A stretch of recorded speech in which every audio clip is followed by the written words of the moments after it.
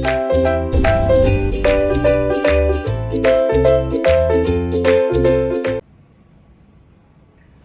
আলাইকুম সবাইকে।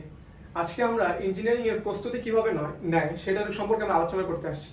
স্যার এই ভিডিওটা কার জন্য হবে, কাদের কাদের জন্য হবে সেটা আগে বলে নিই। আপনি যদি ক্লাস 11-12 এর হন অথবা আপনি যদি এইচএসসি পরীক্ষাও দিয়ে ফেলেন, বর্তমানে অ্যাডমিশনের প্রস্তুতি নিচ্ছেন, তাহলে স্যার এই ভিডিওটি আপনার জন্য। দেখেন আমরা এই ভিডিওতে পুরোপুরি আলোচনা করব কিভাবে ইঞ্জিনিয়ারিং এর প্রিপারেশন আমরা পুরোপুরি নিব। যদি আমরা ক্লাস 11-12 হই তাহলে কিভাবে নিব, যদি আমরা অ্যাডমিশনে থাকি বর্তমানে এইচএসসি পরীক্ষা আমাদের দেওয়া শেষ, তাহলে আমরা কিভাবে নিব। ওকে স্যার, ইঞ্জিনিয়ারিং বলতে আমরা মেইনলি আজকে আলোচনা করব সিকে রুয়েট মানে চুয়েট কুয়েট রুয়েট এ কিভাবে চান্স পাওয়া যায়। যদি চান স্যার এই যে চুয়েট কুয়েট রুয়েট আপনার ক্যাম্পাস হোক, তাহলে ওই ক্যাম্পাস আপনার ক্যাম্পাস বানানোর জন্য কিভাবে প্রিপারেশন নেওয়া উচিত। আপনি যদি বর্তমানে এইচএসসি তে থাকেন বা ক্লাস 11-12 এর হন, তাহলে স্যার প্রথমেই আপনার কি করতে হবে, স্যার ক্লাস 11-12 থেকেই স্যার ফিজিক্স কেমিস্ট্রি ম্যাথ এই তিনটাকে স্যার একটু গুরুত্ব সহকারে পড়তে হবে স্যার। মানে মোটামুটি ফাঁকিবাজি না করে গুরুত্ব সহকারে আমরা ফিজিক্স কেমিস্ট্রি ম্যাথ গুলো পড়বো এবং এবং এমন ভাবে পড়ালেখা করবো যাতে আমাদের রিকোয়ারমেন্ট গুলো, এইচএসসি পরীক্ষায় একটা রিকোয়ারমেন্ট থাকে স্যার।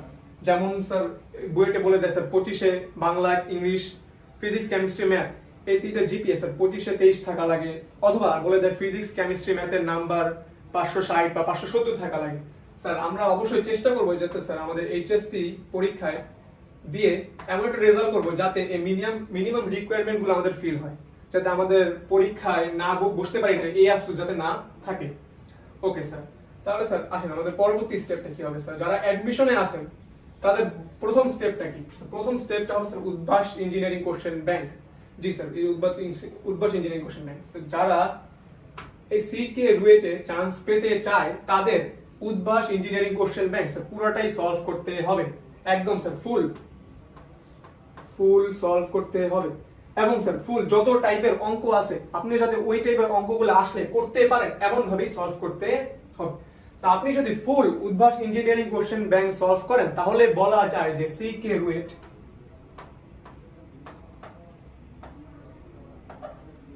এই তিনটা যে কোনো একটাতে আপনার চান্স পাওয়ার সম্ভাবনা 99% স্যার। আপনার যদি পুরোপুরি এটা শেষ হয় এবং এই টাইপের ম্যাথ আসলে যদি আপনি করতে পারেন তাহলে স্যার বলা যায় তিনটার মধ্যে একটাতে আপনি চান্স পাবেন, আশা করা যায়। তাহলে স্যার আসেন উদ্ভাস ইঞ্জিনিয়ারিং কোশ্চেন ব্যাংক আমরা কিভাবে পড়বো। উদ্ভাস ইঞ্জিনিয়ারিং কোশ্চেন ব্যাংকটা যদি আমরা এইচএসসি তে থাকি, দেখেন এইচএসসি তে আমরা যদি স্টুডেন্ট হই তাহলে স্যার ফিজিক্স কেমিস্ট্রি ম্যাথ পড়ার পাশাপাশি যদি আমরা একটা উদ্ভাস ইঞ্জিনিয়ারিং কোশ্চেন ব্যাংক সংগ্রহ করি, তাহলে স্যার আমরা ফিজিক্সের যে চ্যাপ্টারটা পড়তেছি ওই চ্যাপ্টারটা পড়ার থিওরি পড়া শেষে বইয়ের ম্যাথগুলা করা শেষ হওয়ার পরে স্যার আমরা উদ্ভাস ইঞ্জিনিয়ারিং এর ওই চ্যাপ্টার যে ম্যাথগুলো আসছে ওই ম্যাথগুলো দেখবো। ঠিক একইভাবে ম্যাথের জন্য, ঠিক একইভাবে কেমিস্ট্রির জন্য আমরা ওই ম্যাথগুলো দেখতে পারবো। যদি স্যার আমরা এইচএসসি তে না দেখে থাকি, আমরা যদি এখন বর্তমানে অ্যাডমিশনে থাকি, তাহলে স্যার সমস্যা নেই। স্যার আমরা প্রতিদিন মানে প্রতিটা chapter wise Udvash engineering question ব্যাংকগুলো সলভ করার চেষ্টা করবো এবং ফুল সলভ করতেই হবে। খুবই গুরুত্বপূর্ণ, একদম উদ্ভাস ইঞ্জিনিয়ারিং বুক ইঞ্জিনিয়ারিং কোশ্চেন ব্যাংক সলভ করা আমাদের জন্য অত্যন্ত গুরুত্বপূর্ণ স্যার। স্যার সলভ করার ক্ষেত্রে আমরা দুইটা জিনিস খেয়াল রাখবো। কি স্যার? স্যার সলভ করার ক্ষেত্রে আমরা দুইটা জিনিস খেয়াল রাখবো। এক, দাগানো, দুই অ্যানালাইসিস। দাগাবো মানে কি দাগাবো আর কি বা অ্যানালাইসিস করবো।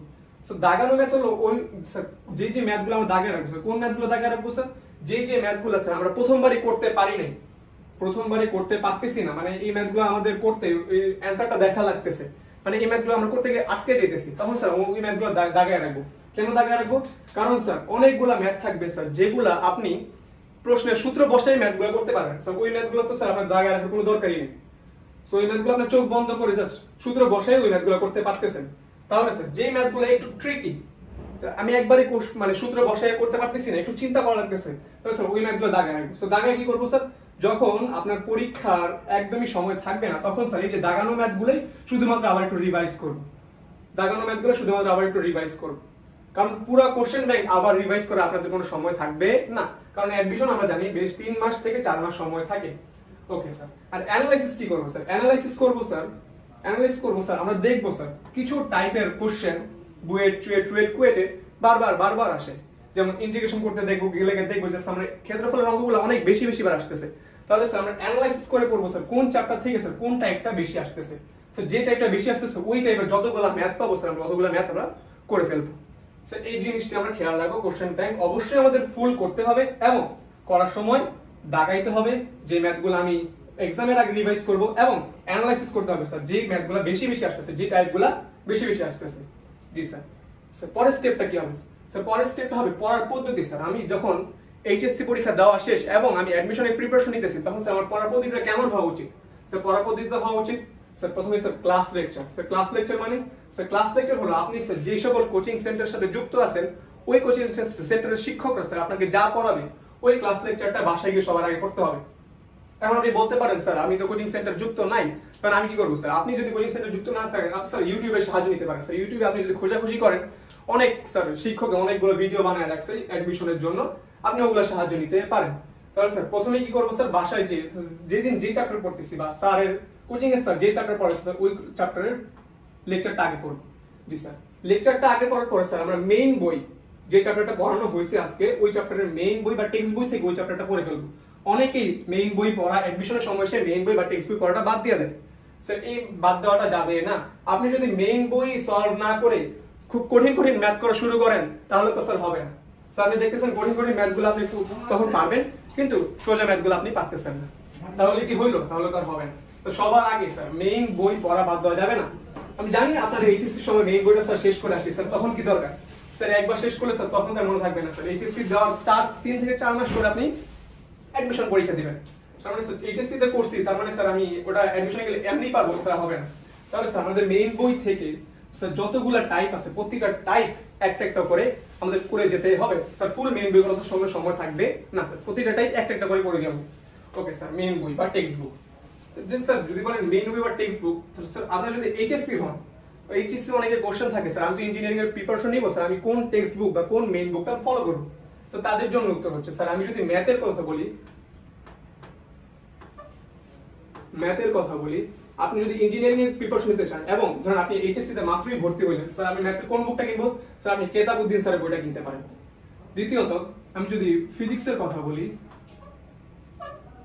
ফিজিক্সের জন্য আপনি কোন বইটা কিনতে? স্যার ফিজিক্সের জন্য স্যার আপনি শাহজাহান তপন স্যার অথবা ইসাক স্যারের বইটা কিনতে পারেন। স্যার এই ভিডিওতে আমি যে যে কথাগুলো বলতেছি এগুলো একান্তই আমার ব্যক্তিগত মতামত, যেগুলো আমি ভাবতেছি যে এগুলো আপনাদের প্রিপারেশন নিতে সাহায্য করবে।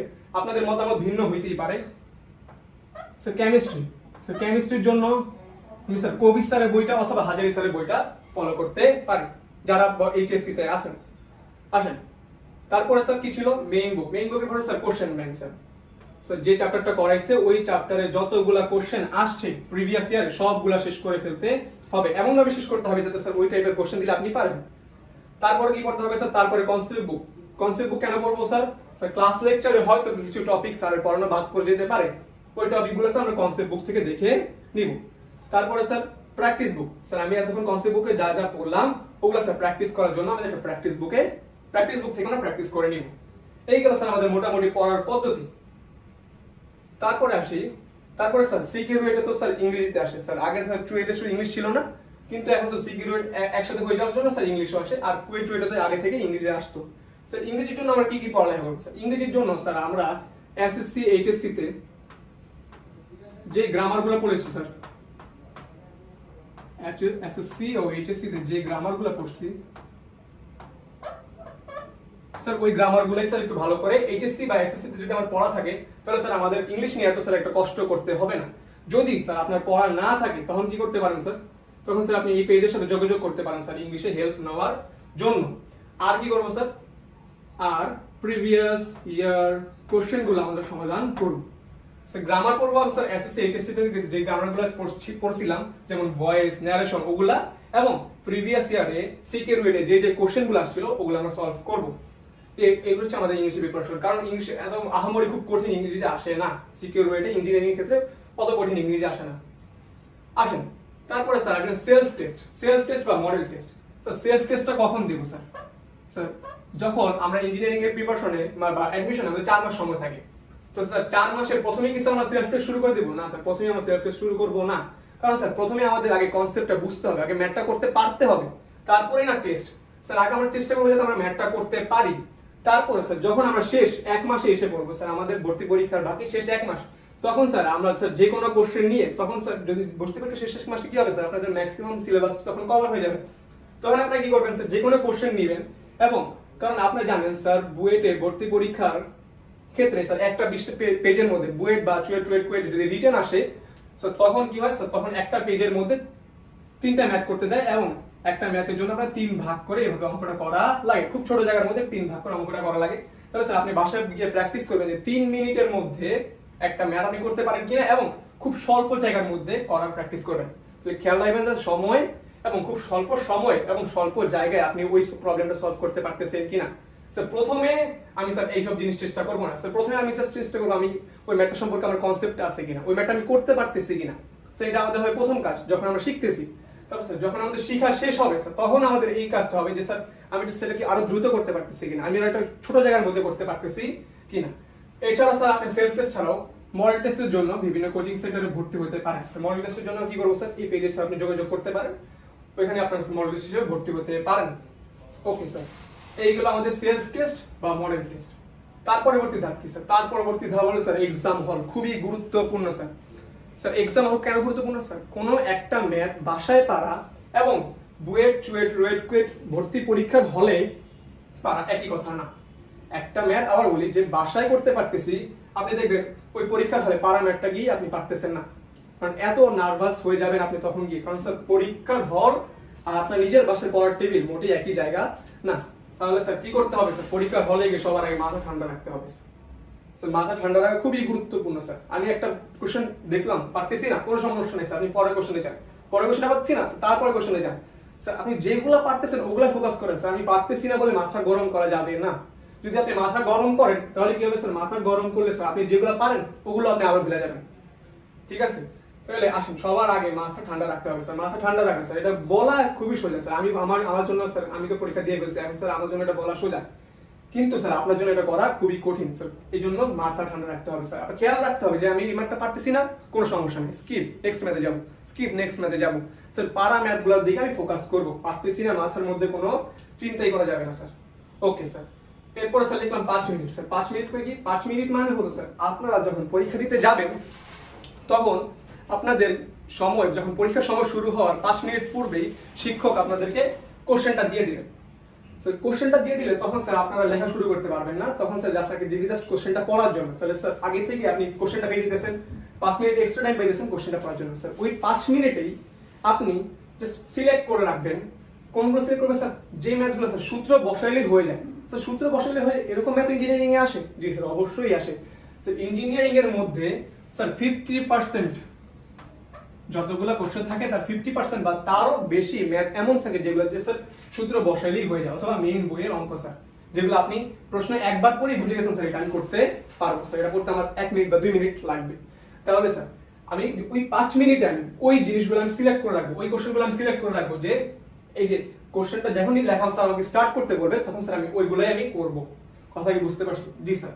এবার আসেন স্যার পিছনে, স্যার বুয়েট পরীক্ষা বা কুয়েট পরীক্ষার হলে আপনি কোনো পিছনে বা ডানে বামে স্যার আমরা তাকানো যাবে না স্যার। আমরা যখন এইচএসসি বা এসএসসি পরীক্ষা দিছি তখন স্যার আমরা অনেক ডানে বামে তাকাই আসছি, কিন্তু স্যার পরীক্ষার হলে, ইঞ্জিনিয়ারিং এর পরীক্ষা হলে বা কোনো ভর্তি পরীক্ষা দিতে গেলে এইসব কাজটা করা যাবে না স্যার। স্যার যদি আপনাকে কিছু না বলে, দেখেন আপনি পিছনে তাকাইতেছেন, স্যার আপনাকে কিছু বলতেছে না, এর মানে এই না যে আপনার কিছু হইতেছে না। স্যার দেখেন ওইখানে গিয়ে আপনার জাস্ট রোলটা কেটে দিছে, তার মানে কি আপনি জানলেন না যে আপনি এক্সপেল হয়ে গেলেন। মানে স্যারের কাছে একদম প্রশ্নের মধ্যে রোল শিট থাকে যে কোন সিটে কোন রোলটা বসছে, স্যার আপনি জাস্ট সিট দেখবে, সিট দেখে রোলটা কেটে দিবে। তার মানে স্যার ভুলও পিছনে ডানে বামে তাকানো যাবে না স্যার। যাদের এই অভ্যাস আছে অবশ্যই এই অভ্যাসটা ত্যাগ করেন। এইচএসসি পর্যন্ত আপনারা এইটা করে আসতে পারছেন, সামনের জীবনে এটা করতে পারবেন না। ওকে, তারপর স্যার ফার্স্ট রাউন্ড কি স্যার? ফার্স্ট রাউন্ড হলো স্যার ওই যে প্রথম 5 মিনিটে আপনি যে কোশ্চেনগুলো সিলেক্ট করছিলেন, যে সোজা কোশ্চেনগুলো আপনি সিলেক্ট করছেন ওই ফার্স্ট রাউন্ডেই, মানে যখন স্যার বলবে লেখা স্টার্ট করো ওই ফার্স্ট রাউন্ডে ওই সবগুলা কোশ্চেন আপনাদেরকে শেষ করতে হবে স্যার। শেষ করতে হবে, ভালো কথা। ওই কোশ্চেনগুলো শেষ করে ফেললাম, একদম সূত্র বসালে যে ম্যাথগুলো হয়ে যায়, সবচেয়ে সোজা ম্যাথগুলো হয়ে গেল। তাহলে স্যার ফার্স্ট রাউন্ড শেষ হয়ে গেলে সেকেন্ড রাউন্ডে কোন ম্যাথগুলো করবো স্যার? ফার্স্ট রাউন্ড যখন আপনাদের করা শেষ, মানে সোজা ম্যাথগুলো আপনি করে ফেলছেন, সেকেন্ড রাউন্ডে করবেন যে কিছু ম্যাথ আছে যে আপনি 1 মিনিট চিন্তা করলে এই ম্যাথটা আপনি করতে পারবেন। তাহলে সেকেন্ড রাউন্ডে আপনাদের করতে হবে ওই ম্যাথগুলো যেটা আপনি স্যার পারেন কিন্তু এখানে একটু চিন্তা করতে হবে। জি স্যার, একটু চিন্তা করে সেকেন্ড রাউন্ডও স্যার আপনি আবার শুরু থেকে শুরু করলেন স্যার, যে চিন্তা করে যে ম্যাথগুলো করা যায় ওই ম্যাথগুলো করে ফেলেন স্যার। থার্ড রাউন্ডে কি করবো স্যার, কিছু ম্যাথ থাকবে স্যার আপনি হাফ পারেন, অথবা কিছু ম্যাথ ধরেন কয়েকটা প্রশ্নের মধ্যে 5টা ভাগ থাকবে, যে 1 2 3 4 5, তাহলে আপনি দেখেন 1 আর পারেন না 3 পারেন, তাহলে ওই থার্ড রাউন্ড কি করবেন, ওই যে প্রশ্নগুলো হাফ পারেন বা কিছুটা পারেন বা সূত্রটা পারেন, তখন ও স্যার ওইগুলো করে আসবেন স্যার। হাফ পারলে কি স্যার পার্শিয়াল মার্কিং আছে? জি স্যার, পার্শিয়াল মার্কিং আছে, বাট কিন্তু স্যার এটা এক্স্যাক্টলি বলা যায় না, কারণ স্যার খাতা তো আমরা দেখি না, খাতা দেখি স্যার কি বিশ্ববিদ্যালয়ের শিক্ষকরা, তো তারা এটা এক্স্যাক্টলি বলতে পারবে। তাহলে স্যার অনেক বিতর্ক আছে যে পার্শিয়াল মার্কিং হয় আবার হয় না, কিন্তু এটা কেউ শিওরলি বলতে পারবো না। ওকে স্যার, এটাই গেল আমাদের মোটামুটি ভর্তি প্রস্তুতি। আশা করি সবাই খুব বাসায় ভালো করে প্রস্তুতি নেবেন, কারণ স্যার 4 মাস একটানে পড়ালেখা করে যাওয়া, সবকিছু বাদ দিয়ে পড়ালেখা করে যাওয়া স্যার মোটেই সহজ কাজ না স্যার, খুব বেশি ডেডিকেশন লাগে স্যার, অনেক বেশি ডেডিকেশন লাগে স্যার, ডেডিকেশন বাজারে কিনতে পাওয়া যায় না। আশা করি স্যার আপনারা খুব ভালোভাবে পড়ালেখা করবেন, ভালোভাবে প্রিপারেশন নেবেন এবং আপনাদের কাঙ্ক্ষিত বিশ্ববিদ্যালয়ে আপনারা চান্স পাবেন। ওকে স্যার, এখন যদি কোনোখানে চান্স না পাই তাহলে স্যার আমাদের জীবন শেষ হয়ে গেল না স্যার। কোথাও যদি আপনি চান্স না পান, সিকে, রুয়েট অথবা আপনার পছন্দের যেই ভার্সিটিতে যদি চান্স না পাই স্যার, আপনার জীবনের কিছুই শেষ হবে না স্যার। এটা ভাবার কোনো কারণ নাই যে স্যার আমার প্রশ্ন আমি স্যার কোথাও চান্স পাইলাম না, আমার কি জীবন শেষ হয়ে গেল, আমার কি জীবনে আর কিছু করতে পারবো না, আমি আর কি কেউ না হয়ে গেলাম, না স্যার, এমনটা না স্যার। এই জন্যই এটাই ছিল আজকের এই ভিডিও শেষ পর্যন্ত। তো সবাই ভালো থাকবেন এবং খুব ভালো করে প্রিপারেশন নেবেন। ধন্যবাদ।